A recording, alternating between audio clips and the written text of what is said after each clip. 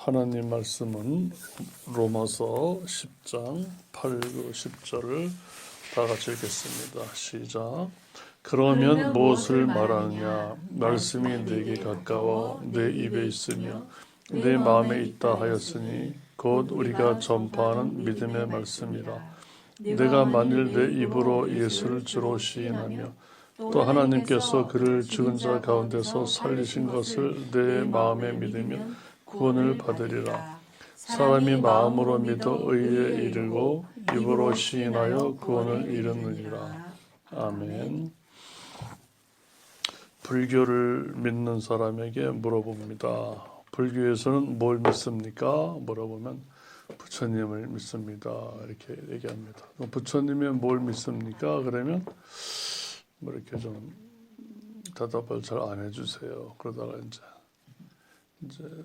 하는 대답이 뭐 윤회설을 믿습니다. 이렇게 하는데 그 윤회설은 이제 불교에서 나온 게 아니고 이제 힌두교에서 나온 겁니다. 힌두교에서. 우리나라는 또 유교도 많이 믿습니다. 그래서 유교 하는 사람한테 뭘 믿습니까? 그러면 뭐 공자님을 믿습니다. 또 유교는 뭘 하죠? 뭐 하면 하여간 뭐 뚜렷하게 이렇게 대답을 잘 안 합니다.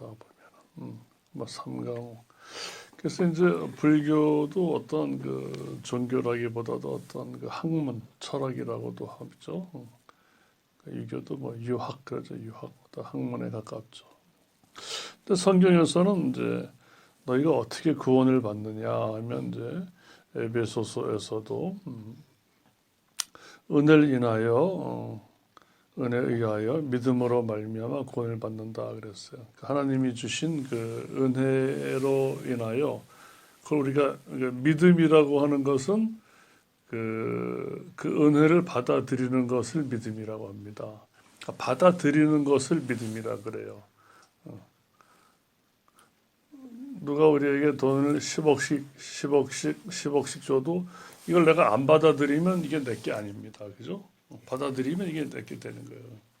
그러니까 하나님께서 은혜로 뭘 주실 때 뭘 받아들이게 되죠? 그러니까 복음을 받아들일 때 방법은 은혜라고 하는 방법으로 복음을 우리가 받아들일 때 우리가 이제 구원을 받습니다. 그 복음이 뭐죠? 복음은 주는 그리스도시요 살아계신 하나님의 아들입니다. 이것도 맨 복음입니다. 복음이지만 우리에게도 실질적으로 닿는 부분은 그리스도시요 하나님의 아들이 어떤 일을 했기 때문에 우리가 그것이 복음이 됐냐면 우리를 위하여 죽으셨습니다. 날 대신하여 죽으셨습니다. 우리 모두를 대표해서 죽으셨습니다. 그래 대신해서 죽었다는 건 뭡니까? 내가 죽어야 될 것을 대신 죽어주셨기 때문에 내가 죽었다는 것을 뜻합니다. 거꾸로 내가 죽었음을 주님으로 인하여 내가 받아들이고 인정합니다. 이것이 바로 내가 죽는 것이고 예수님의 그 사랑과 희생을 우리가 받아들이는 거예요. 그게 바로 믿음입니다. 그것으로 인하여 우리가 구원을 받는다 이렇게 말씀합니다. 마가복음 16장에서도 믿고 세례를 받는 자는 구원을 받을 것이요 믿지 아니하는 자는 정죄를 받는다. 그러니까 무엇을 믿느냐 그 얘기야. 예수님이 하신 일, 예수라고 하는 말은 여호와는 구원자이시다. 여호와는 구원이시다. 그 여호와는 하나님이세요. 하나님이 하신 일이 굉장히 많아요. 성경에 보면은 창세기부터 쭉 보면은 아브라함을 인도하실 때도 독자를 바칠 때도 독자를 바치지 못하게 하고 양을 준비하신 여호와 이레라고 하는 하나님의 이름이 있고 또 기드온에게 나타나서 하나님께서 여호와 샬롬 이렇게 얘기해 주시고 또 기드온의 아버지 요아스죠. 그다음에 또 삼손 아버지 이름이 마노아입니다. 마노아에게도 하나님이 여호와의 사자로 나타나 가지고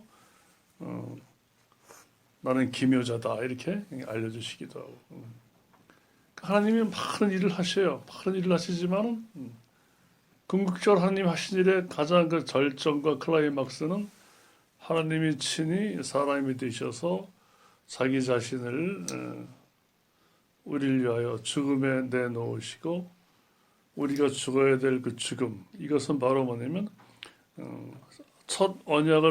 첫사람 첫 언약을 어겼던 우리의 범죄, 하나님을 명령을 불순종한 하나님처럼 되고자 했던 우리의 자만과 교만과 고집과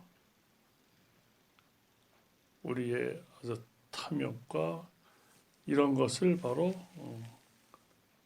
죽이시는 겁니다. 예수님이 돌아가실 때 바로 우리 안에 도사려 있던 수많은 또 아담이 범했던 하나님을 향한 반역적인 그 고집, 불통, 그거를 바로 예수님께서 친히 죽어 주셨기 때문에 내가 죽은 걸로 하나님은 이제 인정을 하시는 겁니다. 그래서 주님께서 십자가에서 죽으시는 것을 묵상을 하거나 성경을 보거나 또 어떤 영화를 볼 때 처절하게 죽어가시는 그 모습을 우리에게 나하고 상관없는 일이 아니라 바로 하나님 앞에 범죄한 나를 죽이기 위해서 저 모진 저 길을 가게 하셨구나를 이렇게 우리의 마음과 이걸 울리게 하면서 우리를 이제 크게 감동을 주면서 내가 하나님 앞에 아무 할 말이 없구나 이걸 이제 알게 하십니다. 그래서 로렌스 형제 같은 분들은 일생을 주님의 그 십자가의 그 고난을 생각하면은 감동이 이렇게 밀려온다. 감동이 밀려온다. 그러니까 그게 사실은 어떻게 보면은 가장 기본적이고 정상적인 어떤 신앙이라고 볼 수 있죠.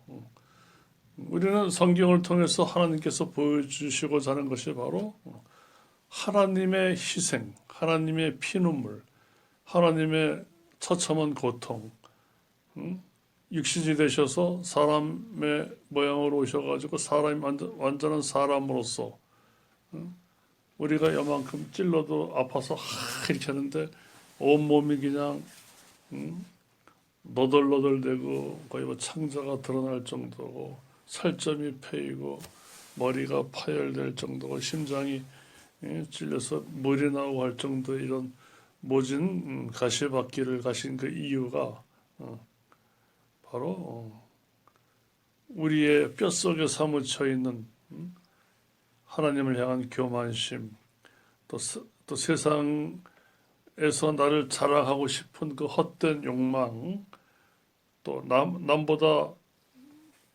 내가 잘 못되면은 서러워하고 질투하는 그 질투심, 감사할 줄 모르는 우리의 그 끊임없는 그 욕망, 이런 걸 주님이 죽이신 사건이라고 십자가 사건입니다.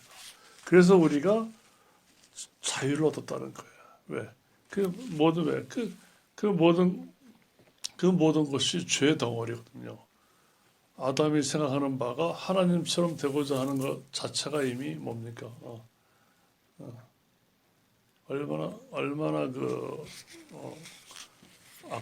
악한 그 죄라는 거죠. 하나님, 사람이 흙으로 지어진 사람이 우리를 창조하신 하나님처럼 되고자 하는 그 마음이 얼마나 사악합니까? 그래서 우리 안에 그것이 다 있는데 우리는 다 아담이기 때문에 그것을 바로 주님이 철저하게 제대로 죽으셨기 때문에 왜? 죄가 죽어야 그 안에 자유함이 있고 죄가 없어져야 내가 평화가 누리고 죄가 없어져야 내 머릿속에 모든 스트레스와 근심과 교만이 떠나가고 끊임없이 남을 미워하는 그 마음이 없어져야 내가 평화와 건강이 넘치는 것이지. 그 있는 그대로 상태에 둔 상태에서 성경만 많이 읽는다고 이것이 이게 잘 되겠어요?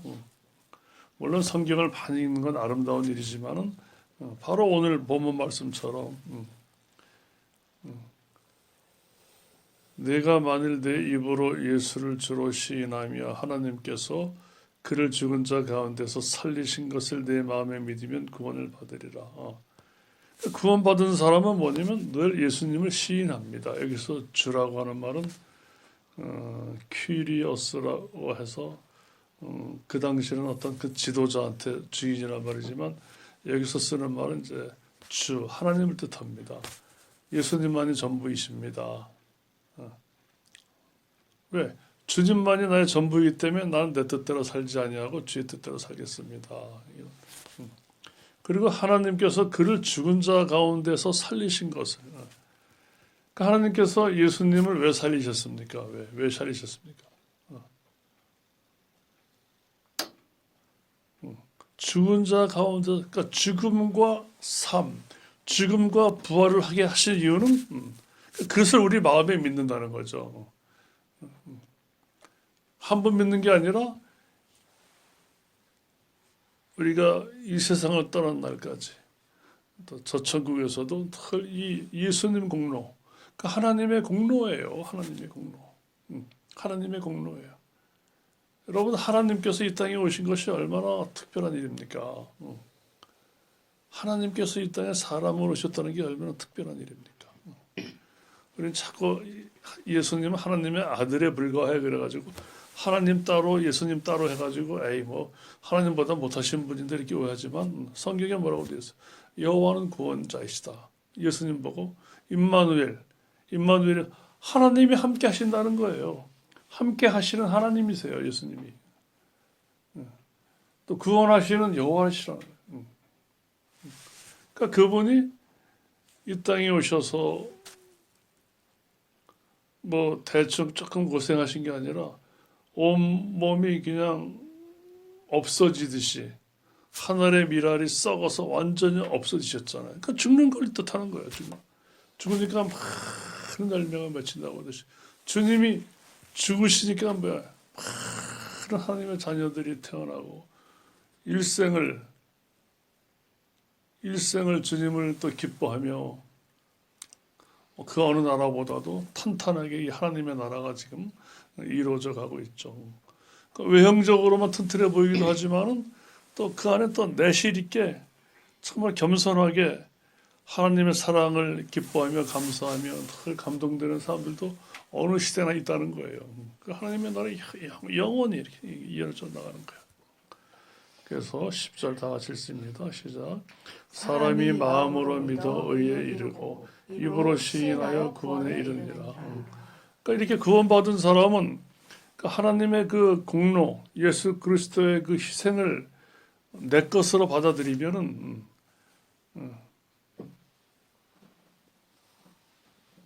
주님의 그 희생하심을 보고 바로 나를 위하여 주님이 저 길을 가셨구나.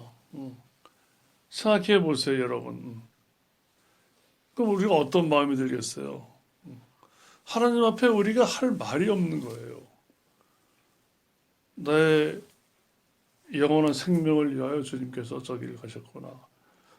그러니까 하나님 앞에서 나의 반역적인 뿌리 깊은 나의 혈기와 분노와 시기심과 열등감과 교만함과 자랑질과 추악함과 음란함과 이런 것을 주님이 이것으로 인생은 늘 고통받다가 세상을 떠나기 때문에 그 훌륭한 솔로몬이나 다윗도 그렇게 훌륭하지만 거기서 이렇게 권리를 받지 못하고 많이 실수를 하고 죄를 짓고 하잖아요. 그러니까 그 바로 주님께서 친히 사람의 모양으로 하면 원래 사람이 아닌데 사람으로 왔다 그 뜻이 아니라 하나님은 전능하시기 때문에 완전한 사람으로 오신 거예요. 완전한 사람. 그러면서도 하나님의 속성이 그 안에 계시지만은 우리를 위해서 뭡니까? 완전한 사람으로 피 흘리시고 죽으셨다는 것이죠. 그러니까 우리는 이것을 다른 건 다 잊어버려도 하나님께서 예수 그리스도께서 이렇게 희생당하여 우리를 위하여 죽으셔서 나를 자유케 하시고 영원한 생명에 이르게 하신 것을 우리가 이제 받아들이는 거예요. 받아들이는 게 바로 믿음이에요. 그래서 구원받은 사람은 자기가 알아요. 내가 구원받았다는 걸. 그래서 같은 세상의 사회에 이렇게 살지만은 거기서도 무한정 나를 어떤 세상의 흐름 속에 나를 풀어놓질 않아요. 할 수가 없어요. 왜? 하나님의 사랑을 방해받는 거에 대해서만큼은 같이 떠들 수가 없는 거예요. 낄낄대고. 이 세상에 살기 때문에 협조도 하고 놀기도 하고 직장도 다니고 밥을 먹기도 하지만 많은 하나님을 모르는 자들은 하나님을 자기도 모르게 조롱도 하고 함부로 모독도 하고 하지만 그런데 절대로 같이 말을 섞을 수가 없는 거예요. 하나님의 사랑을 하나님의 사랑이 어떤 사랑인데 하나님의 사랑을 우리가 회방할 수가 있습니까? 사망이나 권세나 그 어떤 것도 하나님의 사랑에서 우리를 끊을 수 없다고 했는데 어떻게 사람 기분 좋게 해주려고 낄낄대면서 하나님의 그 사랑을 함부로 회방을 합니까? 그 말이 안 되죠. 하나님의 사랑은 어떻게 선이 분명해, 선이 분명해. 내가 아는 많은 사람들이 나의 어떤 신앙하고 다르고 다른 데로 돌아선다 하더라도 그건 어쩔 수 없이 가라 그래야 돼요. 하나님의 사랑에 비하면 이런 관계는 어떻게 보면 모래알처럼 부서지는 그런 관계. 사람은 자기의 이익이 안 되면 다 돌아섭니다. 사람은. 성경이 그걸 말해주는 거예요. 그 사람을 돌아서라, 미워해라, 멀리해라 그게 아니라 우리는 사람을 믿으면 안 됩니다. 믿으면 우리가 배신을 당해요. 그래서 사람은 배신을 할 수 있는 존재이기 때문에 그런 불쌍한 존재이기 때문에 그를 위해서 기도해주고 또 품어주고 사랑할 대상이지 그들을 일부러 뭐 외면하고 이렇게 하라는 게 아닙니다. 그래서 우리는 오늘 본문 말씀처럼 우리 믿음이 어떤 믿음이냐면 평상시도 예수님은 주님이시다, 주님이시다. 뭐 이렇게 말하는 뜻이 아니에요. 생활 가운데 내 정신과 내 중심이 늘 하나님과 함께 내가 생활하고 있는가. 이게 바로 시인하는 거예요. 즐거울 때 할렐루야 찬송 부를 때 주님 다 시인하죠. 근데 조금만 좀 어색한 상황에 가면 입을 다물어요. 왜? 뭐 거기에 뭐 배운 사람이 많다든가 돈이 많은 부자라든가 또 나하고 격이 맞지 않게 좀 성격이 안 맞는 그러면 그들이 뭐 하나님을 조롱해도 그냥 같이 말을 섞을 수 있는 위험에 처할 수도 있는 거예요. 사도 바울도 전도하면서 많은 부분 그런 부분이 다르잖아요. 이런 그 헬라 철학에 뛰어난 지식인들이 많은 그런 데서 좀 불편해했고 이제 그런 부분도 이제 좀 묘사가 되긴 해요. 그래도 우리는 다른 것은 몰라도 하나님의 사랑만큼 그러니까 우리가 사람을 사귀는 것도 그래요. 내가 직업을 갖는 것도 그래요. 내가 어떤 모임을 갖는 것도 그래요. 이게 그 모임에서 내가 나를 뽐내기 위해서 가는 게 아니라는 거예요. 내가 친구들을 만나는 것도 내가 거기서 말 많이 하고 내 자랑하려고 가는 게 아니라는 거예요. 하나님을 사랑하기 때문에 이런 친구들이 관계가 유지가 되는 것이고 하나님을 사랑하기 때문에 직장에서 내가 성실히 일하는 것이지 성실히 일해서 내가 잘 되기 위해서 하는 게 아니라는 거예요. 성경은. 그러니까 우리가 유명한 연예인들이나 성공한 사람들이 만약에 내가 큰 인물이 되는 그 자체가 요셉처럼 총리가 되기 위해서 내가 노력을 하면 내가 어디 모함에 빠져 죽으면 나는 실패한 인생이 되는 거예요. 근데 요셉은 어떻게 했어요? 총리에는 관심도 없었어요. 하나님을 너무 사랑했기 때문에 하나님을 사랑하다 보니까 총리라고 하는 선물이 주어졌을 뿐이지 이게 목적이 아니라는 거예요. 근데 지금은 기독교인조차도 어떻게 돼요? 하나님의 사랑은 사실 잘 몰라. 하지만 총리를 주고 높은 자리에 앉히니까 내가 하나님의 사람인가 보다 이렇게 거꾸로 알고 있어요. 그런 건 언제든지 흔들릴 수가 있죠. 거기서 퇴출당하거나 쫓겨나가면 내가 하나님의 사랑을 못 받는구나 이렇게. 사도 바울은 어떻습니까? 사도 바울만큼 사랑받는 사람이 어디 있어요? 그때 맨날 매 맞고 굶주리고 헐벗고 14일 동안 배에 갇히고 바다의 풍랑에 고통에 도적돼 이래서 그러니까 우리는 우리의 그 기준이 얼마나 이 시대 풍조에 흔들리는가를 유심히 바라보면서 우리를 그 어느 것도 건드릴 수 없을 정도로 하나님을 향해서 하나님의 사랑에 우리가 줄에 매여 있는가를 우리가 깊이 좀 이렇게 좀 살펴보셔야 됩니다. 자, 이러한 소박한 일상을 사시기를 주의 이름으로 축복합니다.